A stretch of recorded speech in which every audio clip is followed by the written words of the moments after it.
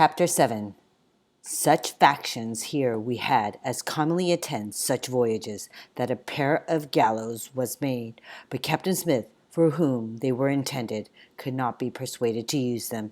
Captain John Smith, The True Travels, Adventures and Observation of Captain John Smith. The next morning dawns clear and warm. Captain Smith is back in chains and the gallows sits ready. Reverend Hunt calls us together for Sunday services. We meet, gathered around the tree where Captain Smith is chained so that he can join us.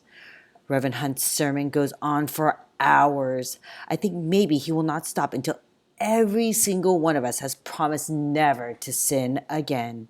He says to tell a lie is a sin, and that any man who lies for his own gain and does not repent will spend eternity in the agony of hell's flames.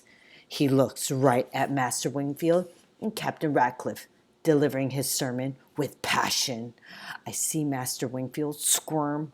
Captain Ratcliffe sets his jaw and stares straight ahead. Captain Newport looks at the two of them and shakes his head. I send up a prayer that Reverend Hunt's sermon will save Captain Smith from his hanging. After services, I bring Captain Smith some food. I wonder if it will be his last meal. Yet he is calm. I've been a prisoner before, and I've escaped before, he says. When I was a soldier fighting the Turks of the Ottoman Empire, I was captured and made a slave. They shaved my head and put an iron ring around my neck and brought me to auction to be sold like a beast. James and Richard are nearby, and they come closer to listen. The other slaves told me it was useless to try to escape. Impossible, they said. But one day we were working in the fields. I was threshing wheat with a threshing bat. My master rode up on horseback with his whip. He cracked the whip, brought it down on my naked back, lashed my skin open. I was enraged.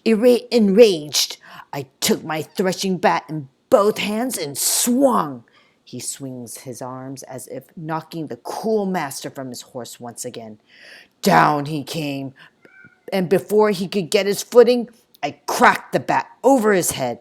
Then I beat him with the stub until there was no life left in him.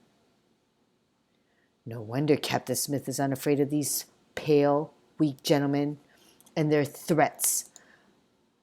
If he wants to, he will kill them with his bare hands.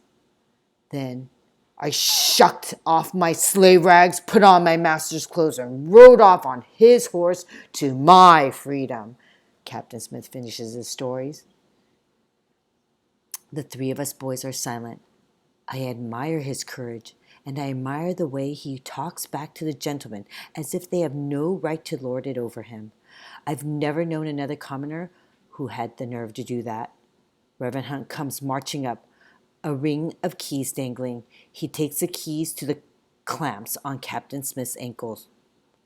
I have convinced them that without you as translator, we will all perish in Virginia, he says as the clamps open and fall away. Thank you, Reverend, Captain Smith says, rubbing his ankles. I owe you a favor. Reverend Hunt gives him a stern look. This is the favor I want, then. I want you to at least act as though you have the proper respect for these gentlemen. If you insult them and anger them again, they may choose their pride over their survival in the new world. Captain Smith nods, and I wonder if he really does plan to be polite to the exalted gentleman from here on in. He is at least as stubborn as I am, so I know it will be hard for him to change. That afternoon, the sound of chopping wood rings out over the rumbling of the waves. The gallows is cut up and thrown on the fire, where it nicely roasts our fish for supper. After 6 days on Nevis, I am fatter. The birds are so tame we pluck them out of the bushes with our hands. The sea is teeming with fish, and the trees are full of fruit. The only natives on the island are afraid of us, and they stay well hidden. I am also cleaner. I've gone twice to the hot pools in the forest to bathe. But now Captain Newport says it is time to leave. We pack up the tents and cook pots, barrels we have filled with fresh water, meat and fish we have dried for the rest of our voyage, and crates full of pineapples, mangoes, plantains, coconuts, and wild bird eggs. We sail past the Spanish islands of Vieques and Puerto Rico. We stop on the island of Mona just long enough to get fresh water and for a group of gentlemen to go hunting. They leave in the morning, taking a few soldiers with them for protection from the natives. They dress as if they are going peasant hunting on a cool English morning in silk doublets, velvet breeches, stockings, shoes, and felt hats, with their powder flasks hanging at their sides. The group returns in the evening, exhausted and faint, carrying what the expedition has killed: 2 boars, several iguanas, and the gentleman, Edward Brooks. They say Brooks's fat melted inside his body in the extreme heat.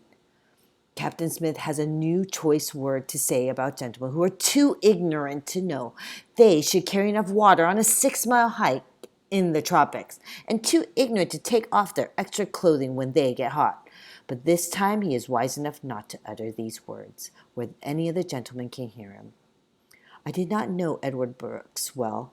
He was a passenger on one of the other ships. Still, it is strange to see his pale, waxy skin and his limbs stiff with death. They dig a shallow grave for Master Brooks, and we sail away, leaving him there on Mona. I have dreams that night that the cannibals find his body, dig him up, and eat him. I wake in a cold sweat.